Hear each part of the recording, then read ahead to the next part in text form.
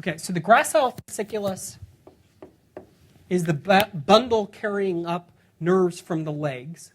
The cuneate fasciculus is the bundle carrying things up from the arms. And why do you think the gracile fasciculus is thinner than the cuneate fasciculus?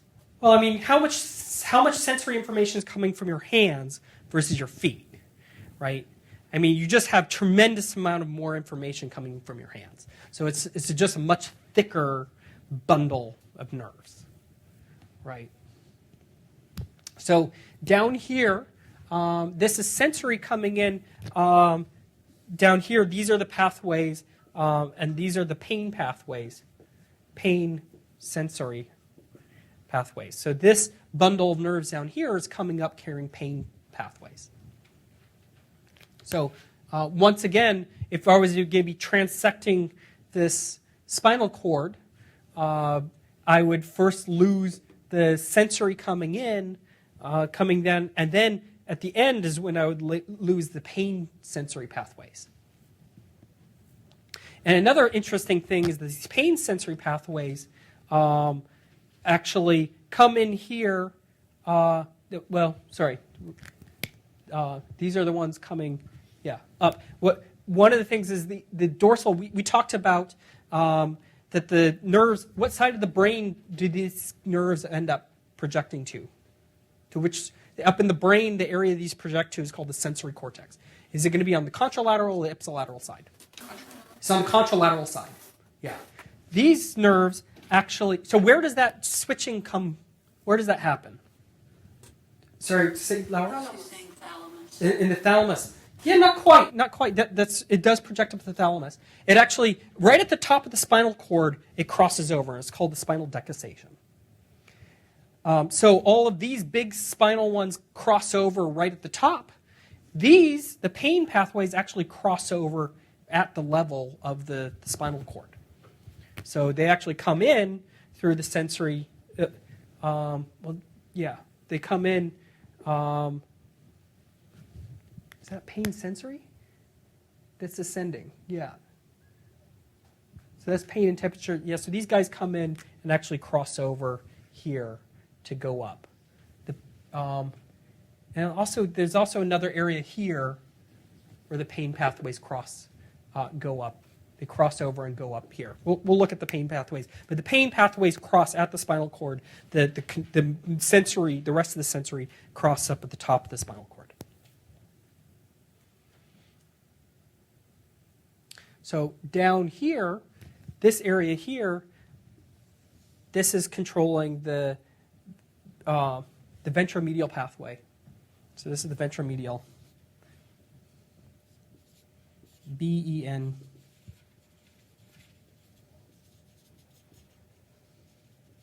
So ventral side of the, and in the middle, right? And this is all the descending pathways. No, this is all the ascending pathways which are required for a lot of your unconscious control of postural control. Let me just take you from the beginning up to the brain. And so we're going to go through a lot of terms that we haven't used yet. But the first thing is, we have the sensory nerve that's in the skin or the muscle. And then it's going to go up through the dorsal root and into the spinal cord. And then it's going to come through the dorsal horn, right? And then it's going to go in through the dorsal column. It's going to be gracile fasciculus if it's for coming from the legs, or cuneate fasciculus. And then it's going up to the top of the spinal cord. It's going to ride this all the way up to the top of the spinal cord, and then it's going to cross over. You're going to have this huge crossing, which is called the spinal decussation. And then it's actually going to go to a nucleus. It's going to synapse onto a bunch of new nerves, which is called either the cuneate nucleus or the fasciculus nucleus. No, sorry, cuneate or gracile nucleus. And then from that nucleus, it's going to go up through the brain stem through what's called the medial lemniscus. So this is, when we look, the next lecture, we're going to look through the brainstem a little bit, but you can see this is, here's the nucleus here, and then it's going to go through the medial lemniscus, which is riding along right through the center of the brainstem, and then it's going up into the thalamus. And the thalamus is this way station where the brain can sort of upregulate or downregulate sensory information coming up. And then it sends it through from the thalamus up to the sensory cortex, which is where in the brain you get the perception of the actual feeling. You can stimulate that directly and you'll feel something tingling or something in that part of the body. And we'll show you exactly where that is in the gross anatomy of the brain section. So VPL, what does VPL stand for? Does anybody know? That's right. So it's a ventral, posterior, lateral. So this is a 3D coordinate system that we've already talked about. So ventral is which direction? So this is ventral. I'm going to look this way. Ventral, ventral is going to be this way. Ventral, posterior, and lateral on the outside. So that's the 3D. It's in the back, bottom, outside of the thalamus. Ventral, posterior, lateral, the thalamus. And we'll talk about different nuclei in the thalamus, which are relay stations for different parts. So here's just another representation of the somatosensory pathway. We're starting with a nerve down here. So here's your Pancinian corpuscle or something like that. And then it's coming in through the dorsal root and then up through the dorsal column. And then here it's coming on. Actually, this looks like it's synapsing into the nucleus and then goes through the decusation. So I guess I may have that backwards. Looks like it's going to the nucleus and then decussating. Is that right? I'm turning to my neuro expert. The nucleus is prior to the decusation or after the decusation? Yeah, so, okay, so I have this wrong in this slide here. It's going to go to, oh no, I have it right here. Goes to the nucleus and then goes to the decusation. So here you see, here's the nucleus, here's the decusation, it crosses over, it goes up through the medial lemniscus, up through the brainstem, up into, here's the thalamus, into VPL thalamus, and then goes through this big thick bundle up into the cortex. And depending on, here's the leg, starting here, you see projects to this part of the homunculus, and then this guy over here, which may have started off at the arm, is projecting where your hands are on the surface of the cortex. And here's some nice cross-sectional parts of the brainstem so you can see where those all are going. So you guys can look at this in a little more detail. There's a couple nice representations of this pathway. So now coming back down, we have this brain coming down through the spinal cord. So everything, once again, is labeled by where it starts and where it ends. And so here, this is the this is called the corticospinal tract.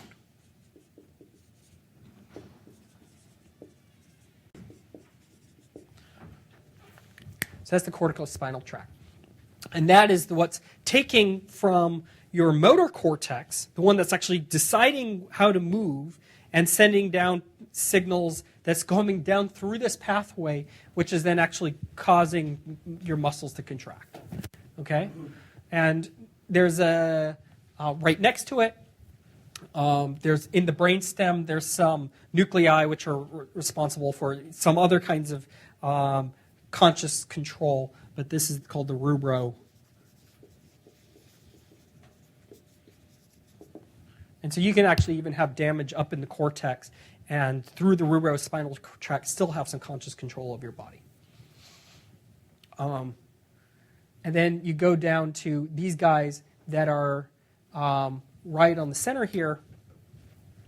So in here and along here, these are the vestibular. So the vestibular system is a system that detects when your body starts to move, and the vestibular spinal tract goes and then sends signals down to adjust to contract muscles in your torso and things to keep your body upright if you start moving. So this is the vestibulospinal tract.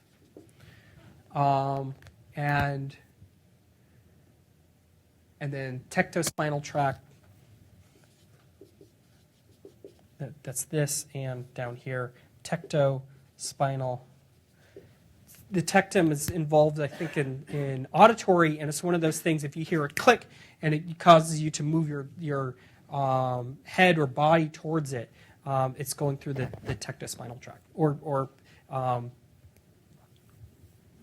And I think the pontine is for the visual system. I'm vague on that, but these are the reflex pathways are the much, much deeper ones, which are going from your sensory, your eyes and your ears and other things, and vestibular system.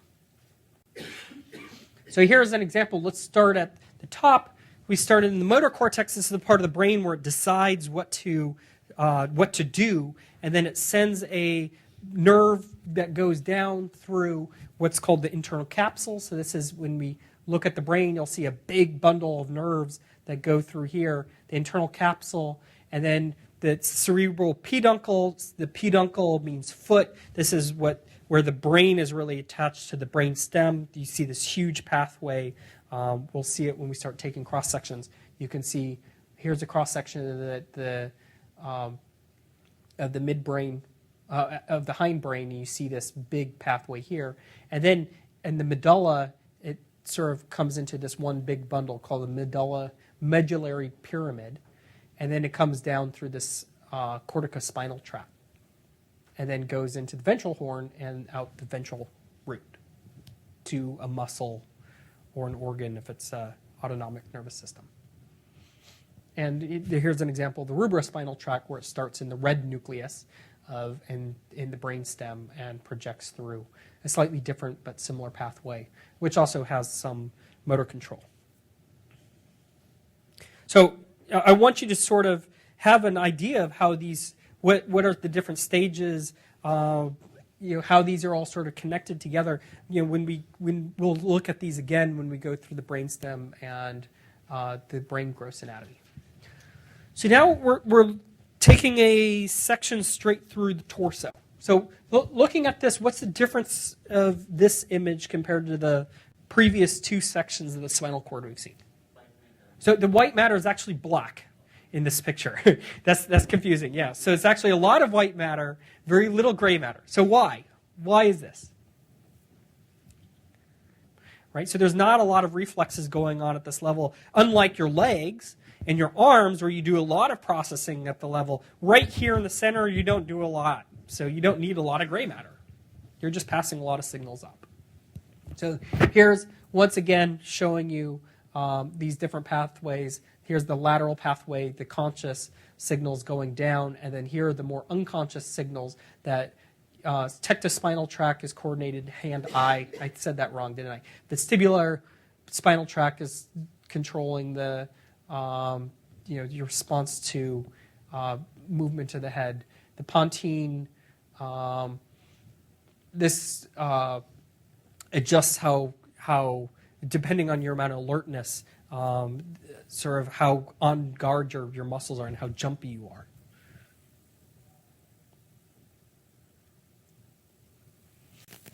So now we're moving up into the top, the cervical.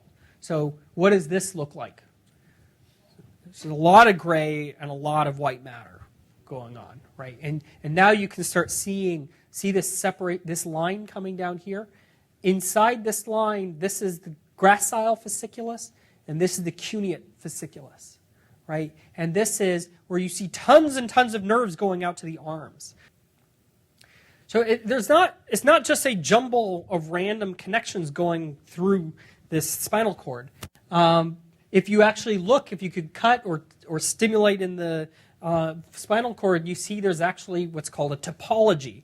So here is all of our control muscle going out. For example, if we want to put electrodes to go and control the arm, right, we would put in, you could put electrodes in here, and if the sitting in this part here, you would actually control the muscles, the axial muscles, and out here would control the more distal muscles. So you could actually control just by what region of the spinal cord you are stimulating.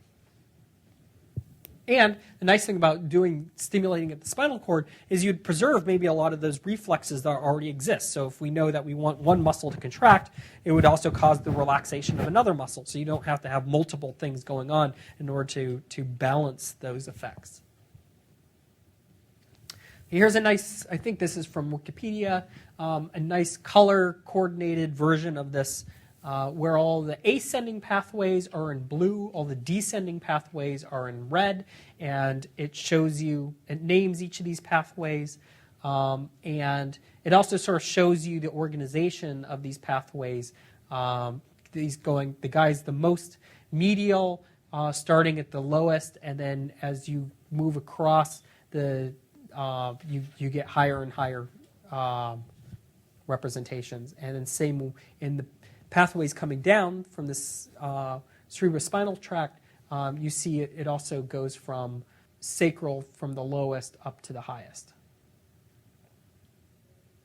And then once again, these are your more conscious stuff up on the outside here, and your more reflexive pathways down on the deeper parts of the spinal cord, but the more ventral side of the spinal cord. So and here is at the very top, here is a representation of this is the corpus callosum, this is the pons here, the cerebellum's hanging off of here, this is the medulla, and then this would be the spinal cord coming down here. So we're slicing right through the top of the spinal cord, and you can see all these pathways here. This is probably the nucleus, the top of the nucleus here, and then you're seeing these pathways crossing over to the medial lemniscus, which is that pathway going up the spinal cord, up the brainstem, up into the... here's an example of the pain pathway. So the pain pathways are coming also in through the dorsal root, through the same pathway.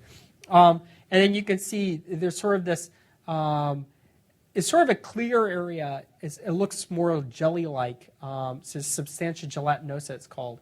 And then you actually see some of them continue straight up this is pathways for reflex arcs. And then these guys are going across and decussating here, and then going up to the brain through these pathways here. So I tried to draw that pathway from these pain sensories going over through the pathway that heads up here. Sorry, pain sensory up through the pain pathways that go up.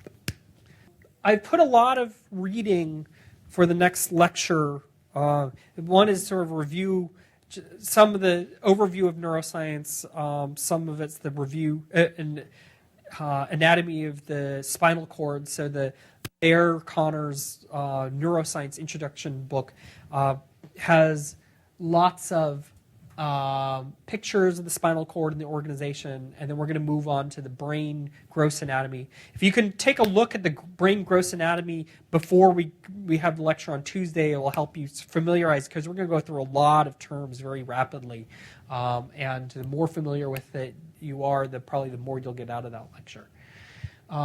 So we'll talk about the gross anatomy of the brain, which is pages 226 through 229, the peripheral nervous system 388 through 400, the ventricles, the cerebral cortex, and the gross anatomy of the brain 206 to 226. So there's a lot of pages there. A lot of it's mostly reference, so you can go back and familiarize yourself.